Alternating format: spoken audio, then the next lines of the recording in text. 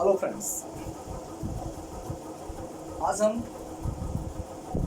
Ionic product of water के बारे में डिस्कस करेंगे।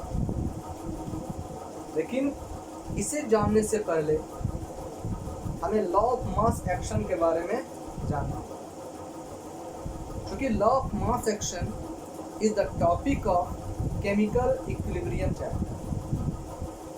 और जब हम केमिकल इक्विलिब्रियम चैप्टर को स्टार्ट करेंगे उस समय हम लॉ ऑफ मास एक्शन को डिटेल में डिस्कस करेंगे। क्योंकि अभी हमें आयनिक प्रोडक्ट ऑफ वाटर के बारे में डिस्कस करना है, इसी कारण हम लॉ ऑफ मास एक्शन का एक शॉर्ट डिस्कशन ही केवल यहाँ पर करेंगे। ठीक है, इसलिए थोड़ा सा आपको ध्यान देना है कि लॉ ऑफ मास एक्शन है क्या, ये कहता क्या है। ठीक है, इसका स्टेटमेंट क्या है, ध्यान दीजिए। तो सबसे पहले चलिए हम चलते हैं लॉ ऑफ मास एक्शन है क्या, इसके बारे में डिस्कस करते हैं। Law of mass action, law of mass action, law of mass action was given by Gutenberg and Watt. Gutenberg and according to him, in a reversible reaction,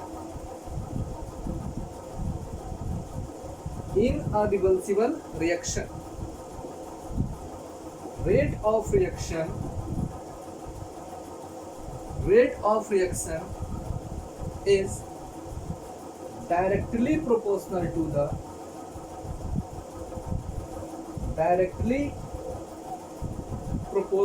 the product of concentration of active masses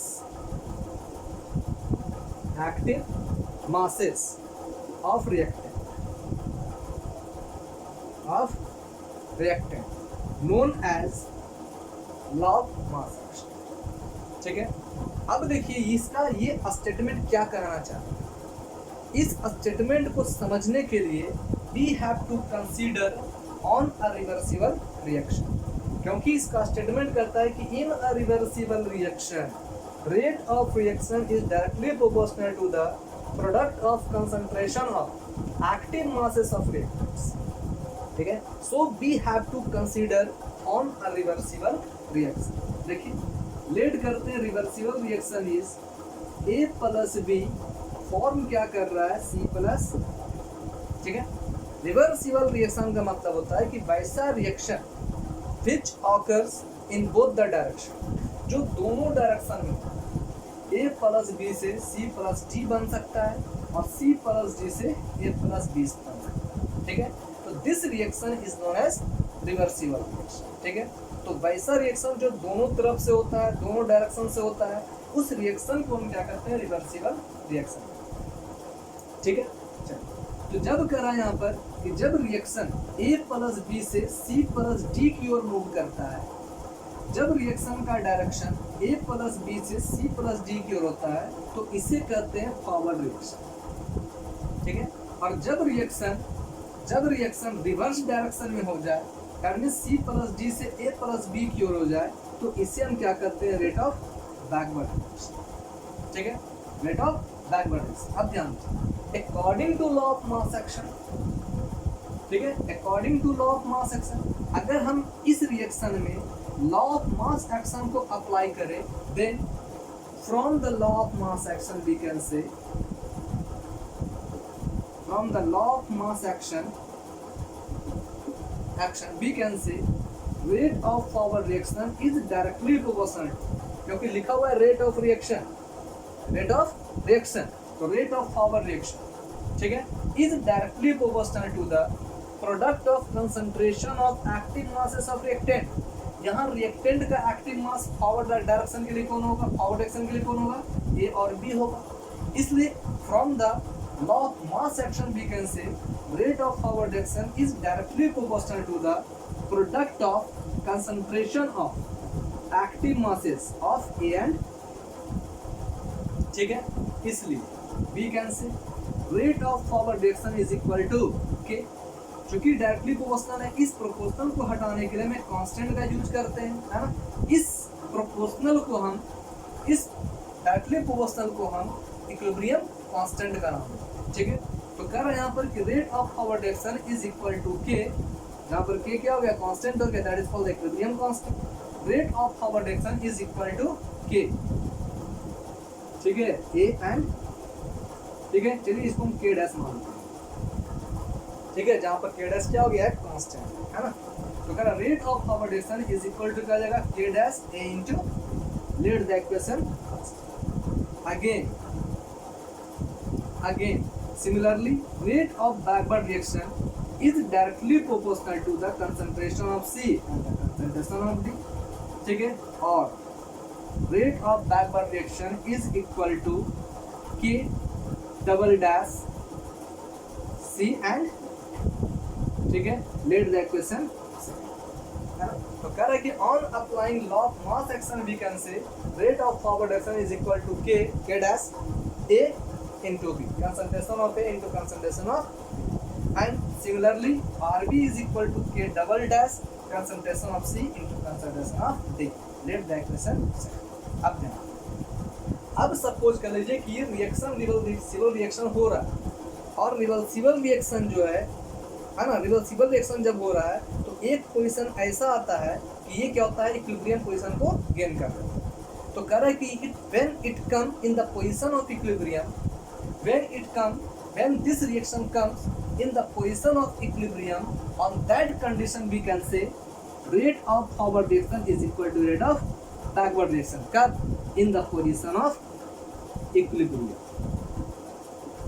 in the position of equilibrium, यानी equilibrium position में आ जाने पर rate of forward reaction becomes equal to the rate of backward reaction. Hence from equation 1 and 2 we can say, देखिए तो put the value of RF and put the value of RF, and then we get K dash concentration of A into concentration of B is equal to K double dash concentration of C and the concentration of D, ठीक है।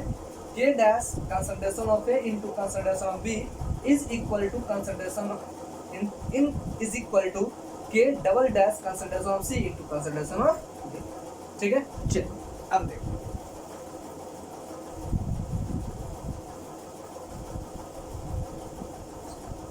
ठीक है, again we can write, again we can write K dash upon K double dash is equal to concentration of C into concentration of D upon concentration of A into concentration of, अब करा के dash upon K double dash, जब इस के double dash को नीचे ले जाएंगे तो ये जो पोर्शन होगा वो क्या होगा, इसके नीचे आ जाएगा, है ना। तो कह रहा है K dash upon K double dash is equal to concentration of C into D upon concentration of A into concentration of D. अब ये जो के डैश और के डबल डैश ये दोनों क्या है, कांस्टेंट है, ये दोनों क्या है, कांस्टेंट है। तो इन दोनों के बदला लेट कर लेते हैं K dash upon K double dash is equal to K equivalent, ठीक है ना।